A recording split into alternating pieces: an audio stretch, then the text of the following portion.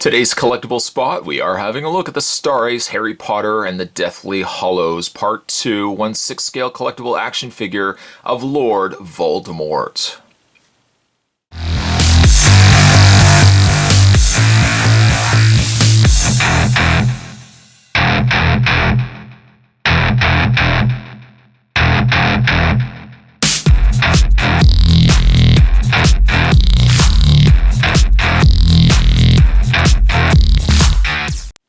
Of course, before we have a look at the figure itself, we have to have a look at this fantastic box. The box is very similar to what we had already gotten with Harry Potter and Ron Weasley, although because Lord Voldemort is going to be so much bigger than Harry and Ron, the box itself is also going to be a little bit bigger than the other two figures as well. The box carries over the same sort of design as Harry and Ron's box, although instead of blue and green, Lord Voldemort is given this really dark, decayed, almost gray colored box. And then I love the coloring that they went with Lord Voldemort featured on the front. As for the back of the box, we've got Harry Potter and the Deathly Hallows Part 2. This is from my favorite movie series, 1/6 scale collectible action figure, and is SA0010, or Lord Voldemort. With the box as well, you can open up the inside and features the figure as well as the alternate head, the alternate hands, and all the accessories, and this incredible image on the inside of the box as well. Spot's going to take a break and get Voldemort out of his packaging, and when we come back, we're going to get a better look at the Harry Potter and the Deathly Hallows Part 2, the 1/6 scale collectible action figure of Lord Voldemort. Don't go anywhere, guys. There's more heading your way. Stay tuned. Just before we have a look at this incredible figure, we'll have a look at the clear display stand that comes with the figure first. The figure stand is roughly about the same kind of thing that we got with both Ron Weasley and Harry Potter. It has 3 peg holes that you can take the supplied stands for and peg into place. And as with Harry and Ron, they also give you a couple of clear pegs as well. So the areas of the display stand that you aren't so much using, you can fill them in with these plugs so that you can have a finished looking stand. Also as well, you get yourself an adjustable neck or adjustable clip to hold the waist of Lord Voldemort when you have him on display. But the display stands are going to certainly serve a lot more purpose than just solely displaying him, as with the case with both Ron and with Harry Potter. So that's one thing I really like about the stands that come included with these pieces. Lord Voldemort is an absolutely gorgeous looking piece. The fabric that they put on the piece itself is very nice. It's almost a borderline, it almost feels like a silk material. There's a sheen to it, especially when you start spinning around the figure. The light manages to catch areas of the fabric very well. And it's when you start turning around the figure that you start appreciating the level of care that they put into stitching up this piece. Now the figure comes so much kind of with 3 layers of clothing. You've got the outer robe, as you can see right here. I suppose you could theoretically take the robe off. I don't think it's actually affixed to anything on the figure itself, but I wouldn't want to start ruining the sleeves or anything like that. And then underneath that, you've got yourself a secondary robe that is attached by snaps. And you can unsnap it. The thing is, though, when you unsnap it, then you're going to start seeing the regular body type that they used underneath for Voldemort. And then above and beyond that, Voldemort's got the same material in his pants.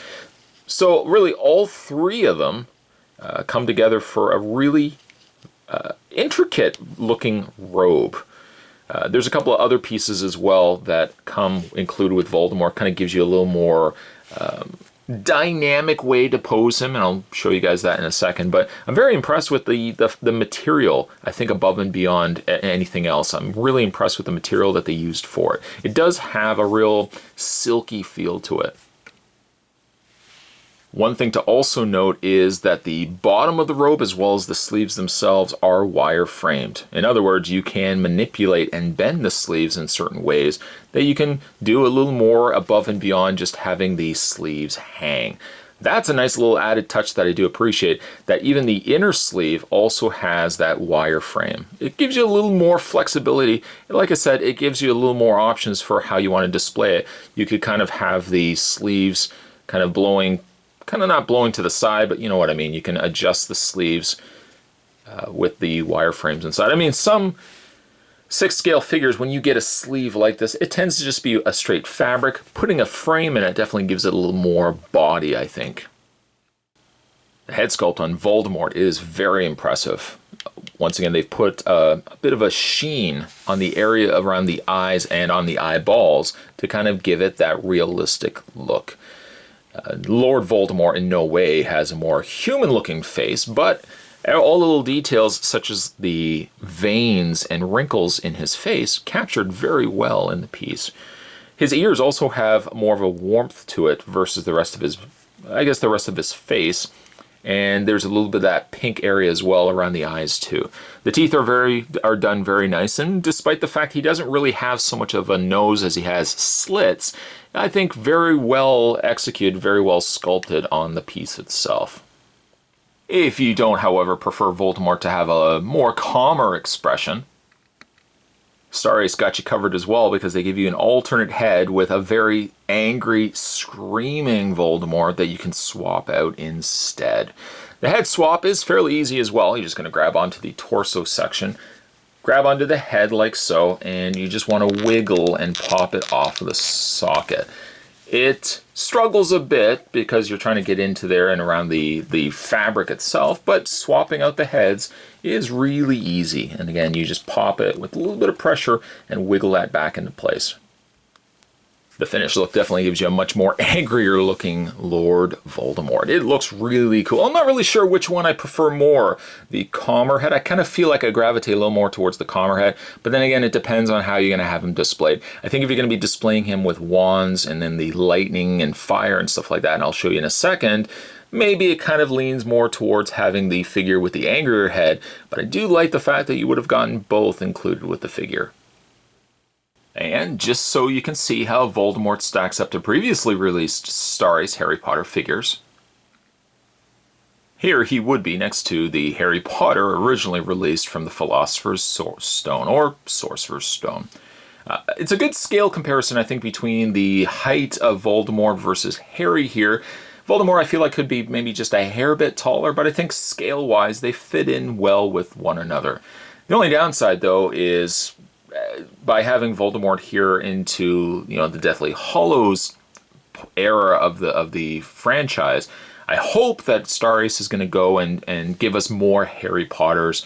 Maybe not so much Ron Weasley's, but I would like to see a couple more Harrys at least, certainly from like the later into the series sequels. That way you could have an accurate pitting of that Harry versus Lord Voldemort here.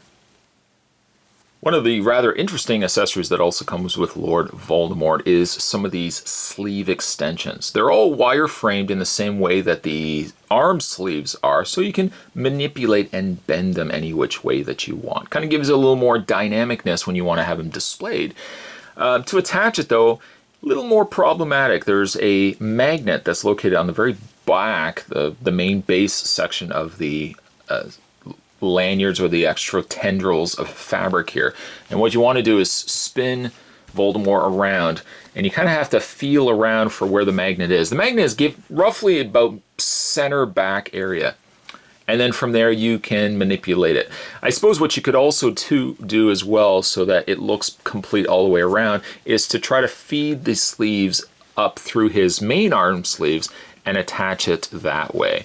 It'd be a little harder to kind of get it up there, but you can see, like I said, it does attach right onto the back section there. And then from there you can manipulate the sleeves any which way that you want. Just gives it a little more fiercer way to display Voldemort. Voldemort's accessories will also include 2 wizard wands, one being Voldemort's wand, and then the other, the Elder Wand, or Dumbledore's original wand. Both of them are sculpted very nicely. One a little more simplistic than the other, but nice brown in color with a little bit of silver near the base. But the other one has a very ferocious looking handle to it, and I think really casts both very nicely. You get also an extra 4 hands, one kind of being an open palm, but the rest of them are more so for holding objects. This one looks suitable for holding like the wands, like another wand holding hand, and almost kind of looking like a cast spelling hand. Detail also, even right down to the fingernails. Let me bring the camera in here. You can see the darker wash that they put by the stem of the fingernails really gives it that realistic, I want to say realistic because it's Voldemort, but it does give it a realistic look to it. And I especially like, not so much touched base on the head, but the paint is kind of, it gives it almost like a translucency to it, although it is a completely solid paint. It does kind of have this wet, kind of pearl-esque coloring, not only to the skin on the hands, but also to the skin on the face. You also get this fire effect that can be attached to his hand, and attaching it to his hand actually is relatively easy. You're just going to decide which hand you want to add it to. Kind of roll up the sleeves a little bit and grab the hand here and just wiggle it off and pop it off like that. Then find the fire attachment, just kind of wiggle it onto the arm socket. And then again, find a hand that you think is best suited for wielding the fire and just attach the hand back on. It's a little harder because you have to really get the fire on there well enough to get the hand to reach the peg. But then from there, you're just going to wiggle the hand back into place. And the finished look can give you something that looks like this. If you do a well enough job also with the sleeves to get the sleeves over the area that covers over the arms, you're really not going to see it all that much, especially if you have it from the one side. But it's impressive, and I like how it's a translucent plastic that they used, and then they painted it with a little bit of orange, a little bit of yellow, and a little bit of that red. And also a little bit further with what he can do with his powers, Voldemort also comes with this lightning effect.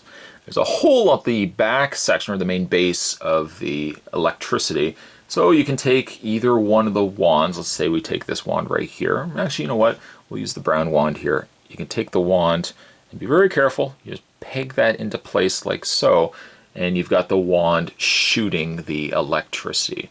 Now it's going to have a little more weight to it, and I know what you're thinking. To have this much weight on the end of a fragile wand like this, surely it will break off. But that's when you can take one of the supplied stands and you can slip the electricity right through there, and the stand is going to hold the electricity up. And here's an example of what you can do with the stand. Now, to accomplish this, what I actually did was, instead of taking just the one stand and attaching the electricity to it, I jerry-rigged it. I attached it to a secondary stand so I could get a little more height out of it. And then with these both having ball joints, you could really just adjust them into to whatever height you want them. But I think that's a pretty good height to have this at. And then of course you could have the fire in his other hand as well. When it comes to his articulation, Lord Voldemort has over 30 points of articulation. When you saw the changing of the head, as you can see, he only has the one ball joint at the base socket of his head. He still has a lot of movement, but he only has the one ball joint to get everything done. And I could see why they would have only gone with the one ball joint where the neck socket is versus having it up in the head.